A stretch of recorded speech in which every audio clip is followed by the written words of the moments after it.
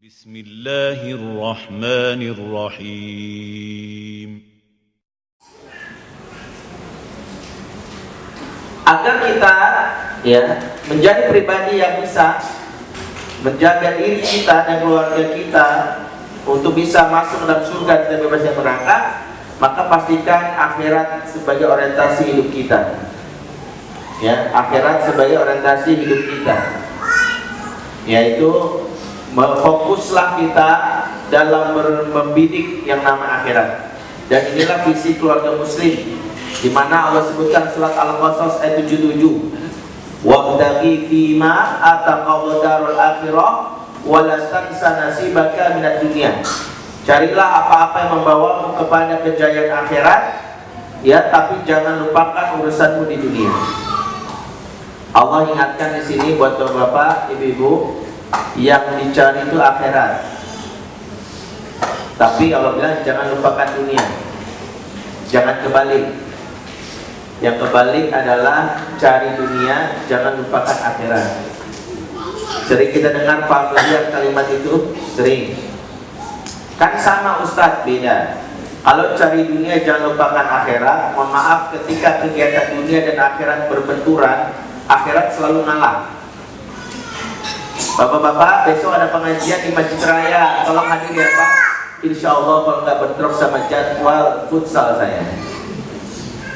Soalnya Ustadz, jadwal futsal saya udah rutin, permanen. Saya bayar 400.000 sebulan.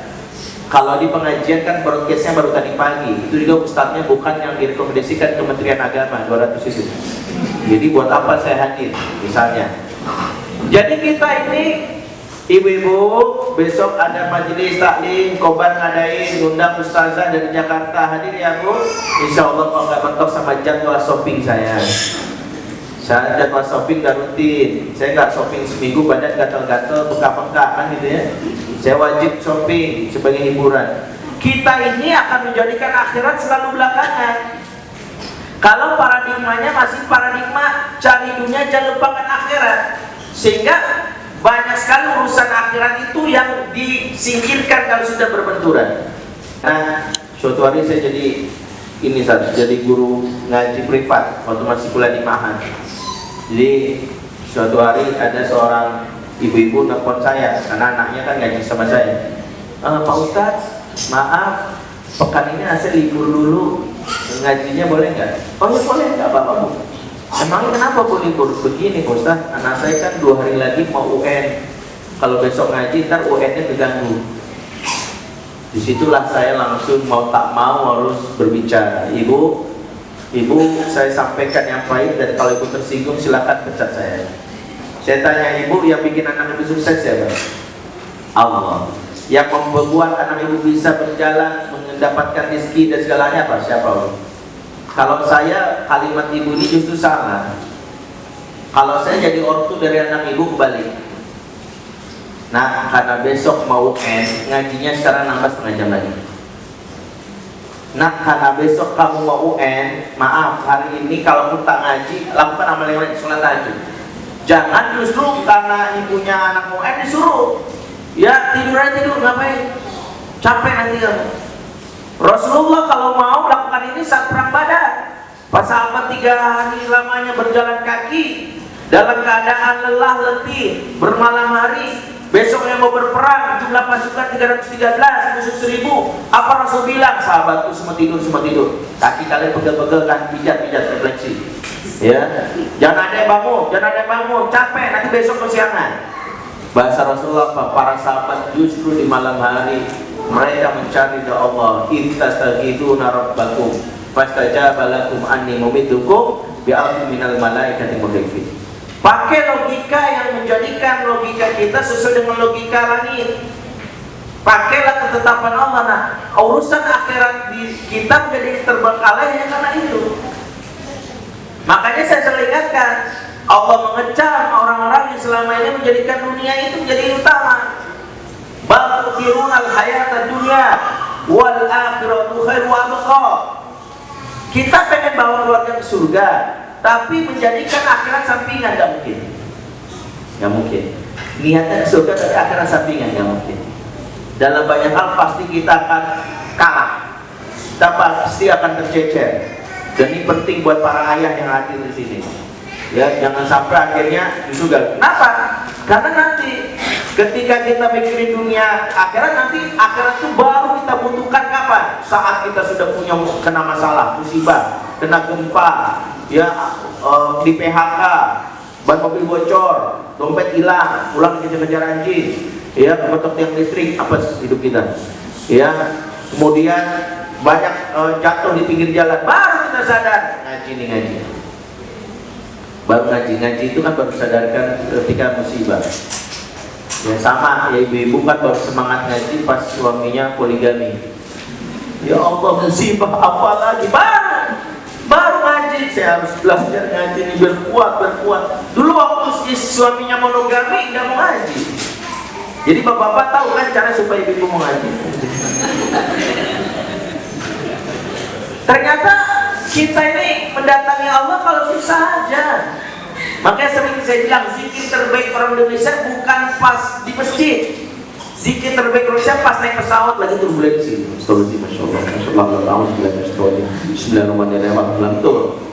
Ya, atau lagi naik bis, ya, dari Langsa ke Banda Aceh kecepatan 1 km per jam. Masya Allah, Allah. Giliran di bis, di pesawat zikir kencang, baru masuk masjid tidurnya di masjid. Lah, masjid itu tempat zikir, Anda tidur. Inilah kita salah kaprah. Makanya Masya Allah, sering kata bilang khotib kita itu lebih sakti daripada ahli hipnotis. Kalau ahli hipnotis kan melihat wajah Allah itu, tatap mata saya, baru tertidur. Ini khotib mau melihat tertidur. Siapa yang salah? Bukan. Yang salah itu kita yang merefleksikan bahwa akhirat itu sepele. Makanya para sahabat itu kalau berbicara soal akhirat, mereka itu, pertanyaan mereka itu udah beda kualitasnya. Dan itu kita bisa lihat buah titik dan pengasuh itu lihat dari pertanyaan anak. Berapa kiranya dia akan surga? Sama kayak para sahabat bertanya gini, ayul amal afdal ya Rasulullah. Amalan apa yang paling utama ya Rasulullah? Itu pertanyaan mereka berkualitas. Amalan apa paling utama? Rasulullah jihad fisabilillah, berangkat seorang Zaid bin Sabit, badannya pendek di bawah 150 cm, membawa pedang milik bapaknya yang tinggi, panjang pedangnya 175, lebih panjang pedangnya. Semangat.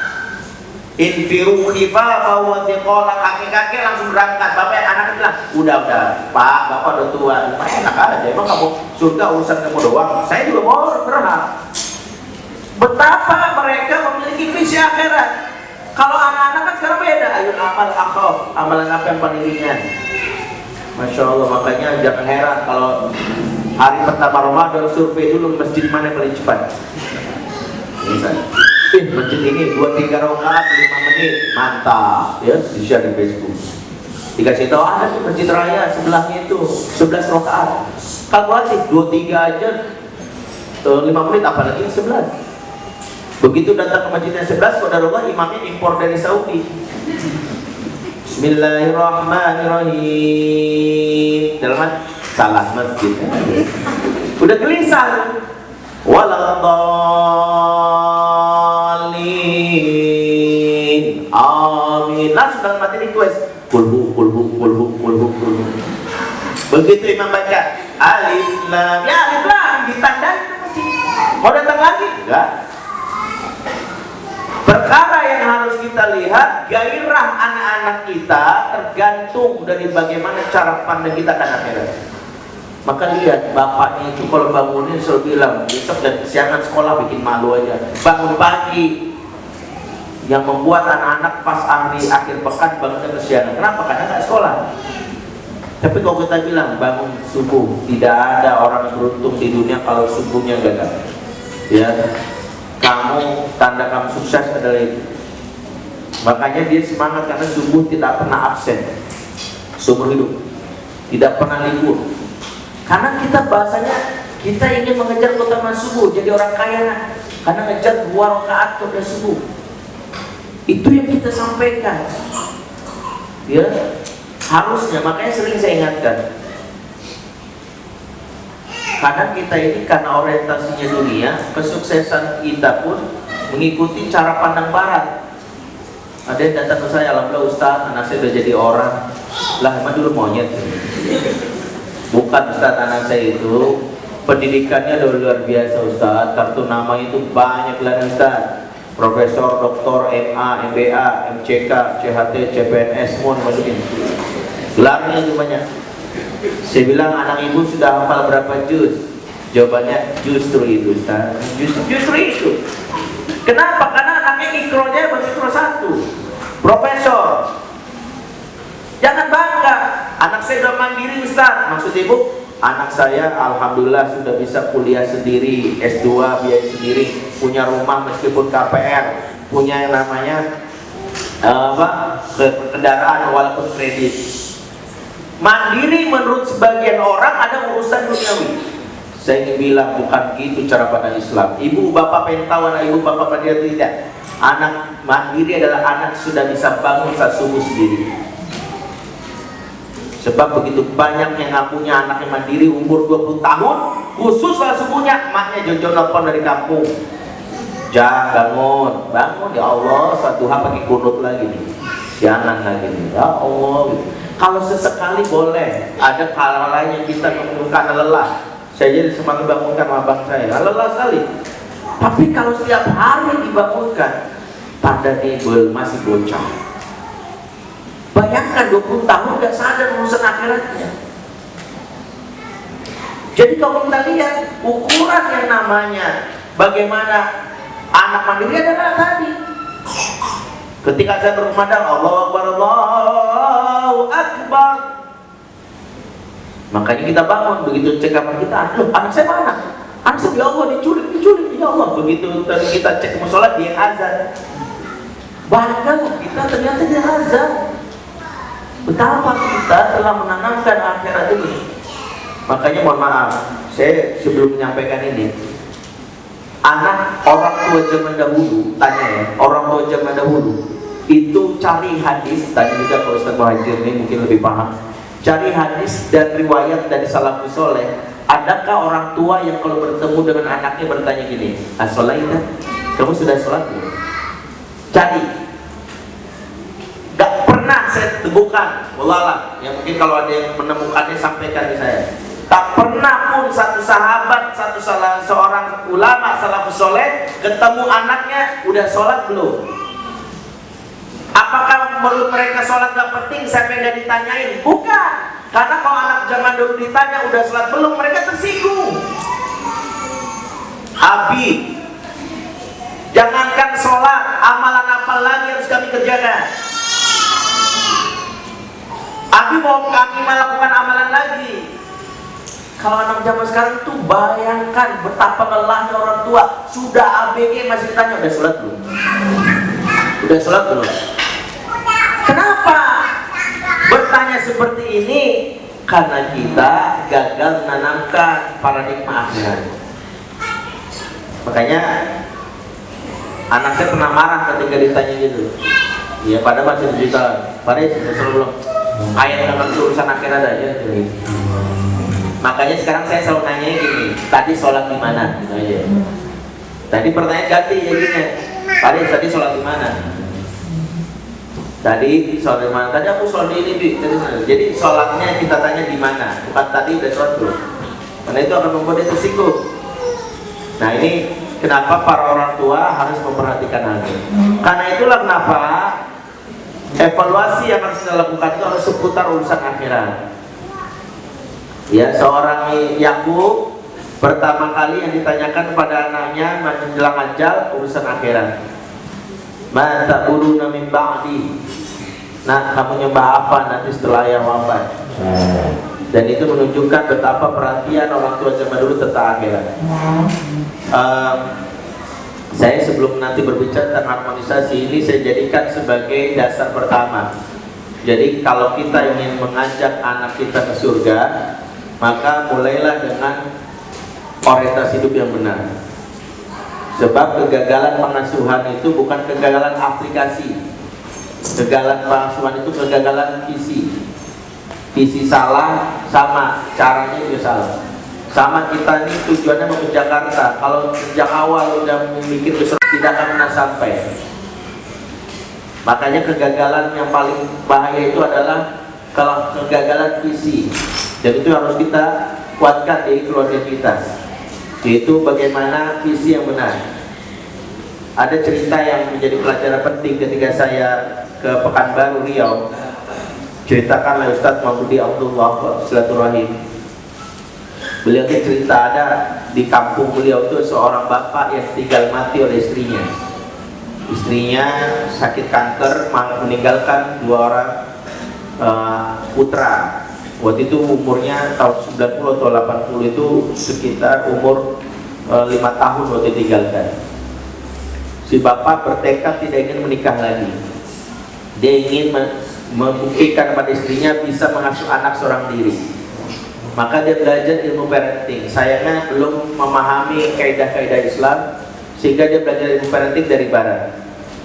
Anaknya di drill dengan pendekatan, nah, time is money, waktu adalah uang. Ya, kesempatan tak mungkin berulang, take it or lose it. Makanya anaknya subuh-subuh bangun hanya untuk menghafal rumus-rumus. Ya, sholat sekedarnya, habis itu makan, bekerja, belajar lagi terus. Ya, sampai akhirnya buah didik bapaknya ini, anak pertamanya lulus dari Magister Bisnis Singapura umur 22 tahun, punya bisnis dari bidang sawit, kayu, dan atap bandara internasional dia bikin. Punya holding sampai company di Kanada, itu perusahaannya ribuan karyawannya, masih muda. Anak keduanya dokter spesialis penyakit dalam, di umur 22 tahun sudah jadi spesialis. Ya, dari kampus ternama di Jawa, inisialnya UGM. Ya, inisialnya, saya kasih inisialnya. Ya, kan nggak tahu kan? Ya. Terus dia, bapak ini, setiap keluarga ketemu si bapak selalu cium tangan, bangga. Bapak ini luar biasa. Ditinggal mati istri, 2 anak, sukses jadi orang. Kami iri, jarang ada tokoh kayak bapak seperti ini. Apa rahasianya Pak? Sampaikanlah kepada kami. Jawaban bapak ini yang selalu saya sajikan. Makanya anak kita terus punya gairah dan belajar. Saya selalu ingatkan anak saya, time is money. Karena dia nggak siapkan itu. Jadi mereka punya investasi, berlelah-lelahkan di usia ini agar engkau ongkang kaki di saat orang sudah melelah energinya. Jadi anak saya sekarang uangnya sudah banyak dan tidak memikirkan lagi. Begitu ya Pak? Iya, ambil kesempatan. Kesempatan itu nggak mungkin berulang. Sampai suatu hari akhirnya keluarga anak itu sudah akhirnya berumah tangga, punya rumah tangga masing-masing. Si bapak ditinggalkan di rumah seorang diri dengan beberapa orang pembantu yang melayaninya di rumah yang cukup besar. Suatu hari bapaknya kena stroke. Begitu dibawa ke rumah sakit, dokter melihat ini sudah kondisi kritis. Diteleponlah anak pertama untuk memberi kabar, maaf saudara, bapak saudara mengalami penyakit ini dan ini. Saudara bisa hadir? Jawaban anaknya apa? Maaf nih dok, saya lagi mau presentasi bisnis ke Prancis. Ini agenda sudah 6 bulan yang lalu terkait dengan perusahaan saya GoPublic, dan saya tidak mungkin menyanyiakan. Ini waktu bagi saya ada sangat berharga, waktu adalah uang. Begini saja dokter, tolong sebutkan biaya berobat bapak saya kira-kira sampai tuntas. Tolong ditangani dulu, saya transfer uangnya. Nanti sekretaris saya ngurus. Ya, tolong tangani dulu ya. Ya, tidak bisa hadir tidak.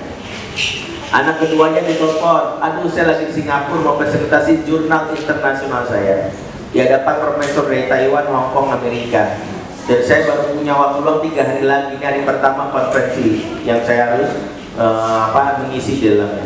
Nanti kita bicara telepon, saya juga dokter, jadi kita bisa komunikasi ke telepon. Ditutuplah telepon itu, tak lama kemudian bapaknya meninggal.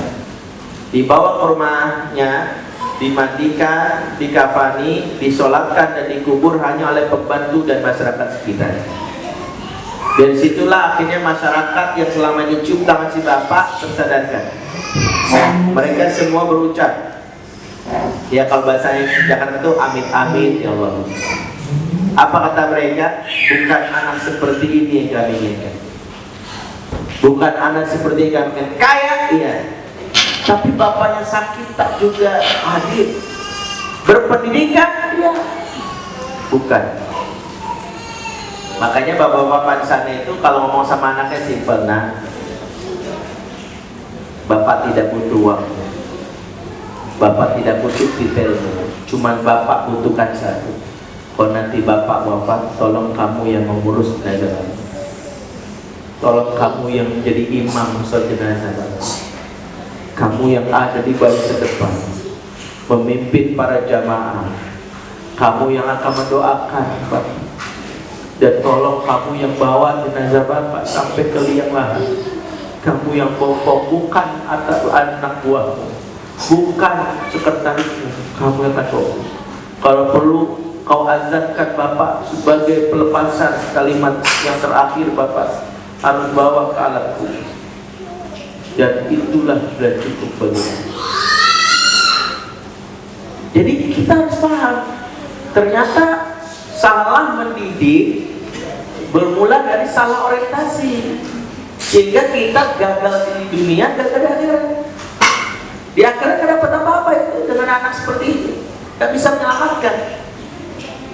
Makanya anak yang menyelamatkan kita di akhirat apa? Rasul katakan innar rajula la turfa'u darajatahu jannah. Sesungguhnya ada seorang lelaki, seorang ayah diangkat derajatnya di surga.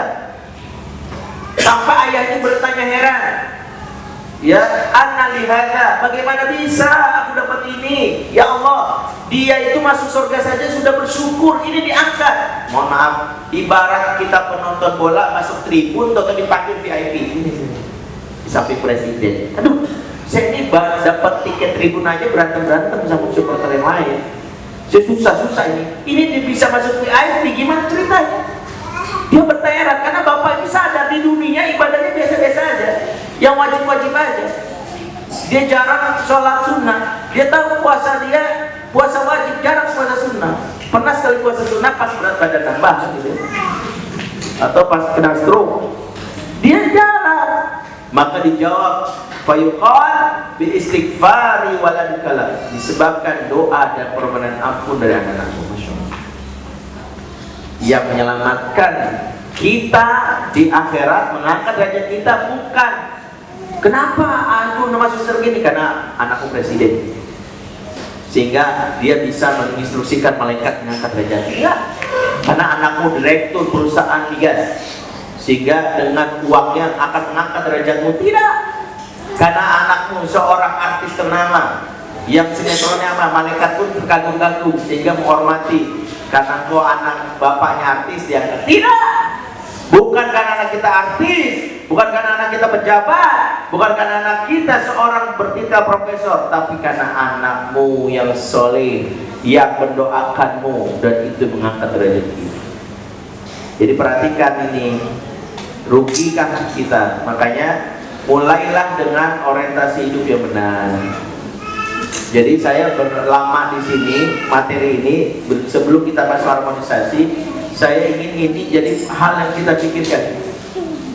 Karena kalau gagal di sini sudah selesai, tidak perlu kita lanjutkan materi karena kita gagal aplikasinya, karena masih bermanfaat. Karena kalau kita cari akhirat beda.